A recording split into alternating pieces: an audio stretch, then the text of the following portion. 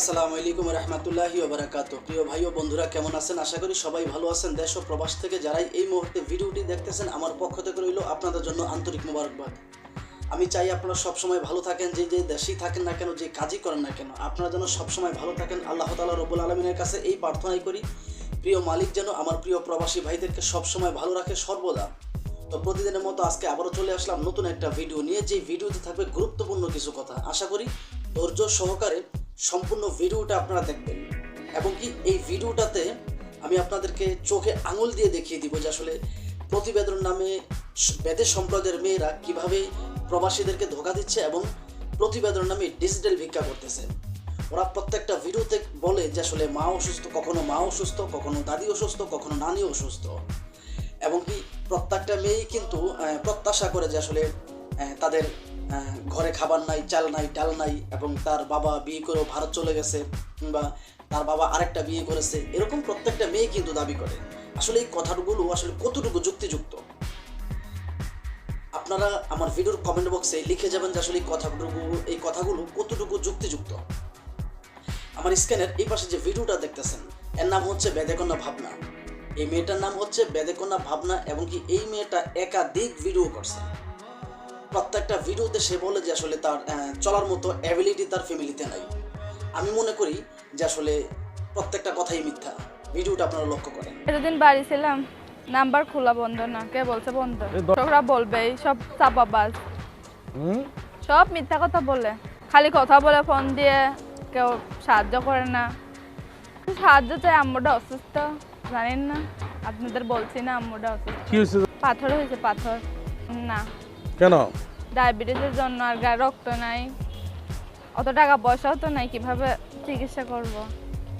আশা করি সম্পূর্ণ ভিডিওটা আপনারা মন দিয়ে দেখছেন এবং কি মন দিয়ে বোঝার চেষ্টা করছেন।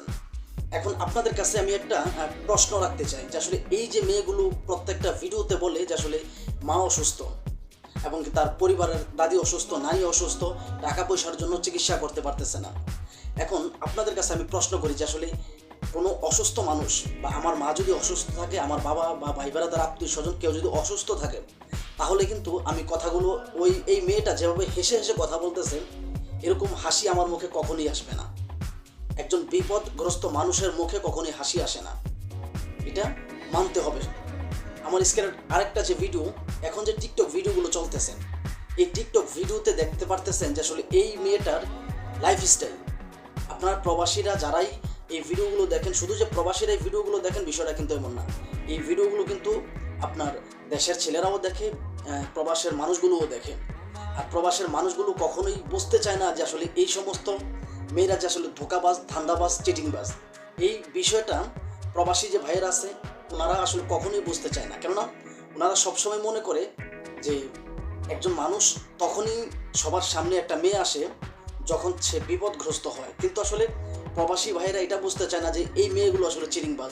ওদের পেশাই হচ্ছে মানুষদেরকে ধোঁকা দেওয়া। আর যেই সমস্ত ইউটিউব চ্যানেল কর্তৃপক্ষ তারা ভিডিওগুলো করে, আমি মনে করি তারা ভালো কোনো পরিবারের সন্তান না।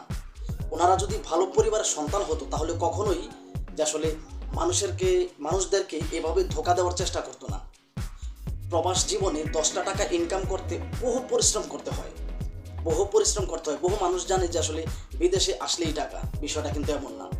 এই প্রবাসের মাটিতে কতটুকু পরিশ্রম করলে 10টা টাকা তার পকেটে আসে, এটা একমাত্র একটা প্রবাসী ভালো জানে। আর এই সমস্ত ইউটিউব যে কর্তৃপক্ষ, চ্যানেল মালিকগুলো, এই মালিকগুলো তো অনেক কিছু মনে করে। তো আমি বরাবরের মতো আপনাদের কাছে আসলে বিনয়ের সাথে অনুরোধ করতেছি, আপনারা এই সমস্ত ভিডিও দেখবেন না, এই সমস্ত মেয়েদের সাথে কথা বলবেন না, সম্পর্ক করবেন না। কেননা এই সমস্ত মেয়েগুলা প্রত্যেকটা মেয়ে চিটিংবাজ, ধোঁকাবাজ, বাটপার, এবং কি প্রত্যেকটা ইউটিউব চ্যানেল কর্তৃপক্ষ এবং প্রত্যেকটা মেয়ে কিন্তু একটা প্রতারক চক্র। ওদের কাজই হচ্ছে আসলে প্রবাসীদেরকে উদ্দেশ্য করে এরকম ভিডিও বানানো আর মানুষদেরকে ধোঁকা দেওয়া। ওদের কাজই হচ্ছে কিন্তু এগুলো।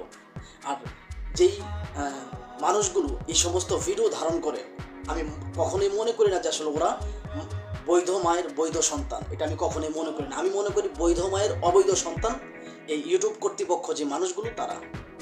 আর বিশেষ করে এই যে মেয়েগুলো ভিডিওগুলো করে, এই ভিডিওগুলো কিন্তু আসলে এই ভিডিওর আড়ালে ওদের টিকটক অ্যাকাউন্টে গেলেই আসলে ওদের আসল পরিচয় জানতে পারবেন, ওদের বিলাসবহুল জীবনযাপন, ওরা যে আসলে প্রবাসীদেরকে ধোঁকা দিয়ে বিলাসবহুল জীবনযাপন করে, এগুলো আপনারা টিকটকে গেলেই বুঝতে পারবেন। তো যাই হোক, এই ভিডিওটি আসলে কাউকে উদ্দেশ্য করে বানানো হয়নি, শুধুমাত্র সতর্কমূলক ভিডিও। প্লিজ কেউ খারাপ মন্তব্য করবেন না। ভিডিওটি ভালো লাগলে লাইক, কমেন্ট, শেয়ার এবং চ্যানেলটি সাবস্ক্রাইব করেন, আপনাদের পাশে থাকার সুযোগ দেবেন, এবং এই চ্যানেলটি সাবস্ক্রাইব করে আপনাদের পাশে থাকার সুযোগ দেবেন। ধন্যবাদ। আসসালামু আলাইকুম ওয়া রাহমাতুল্লাহি ওয়া বারাকাতুহু।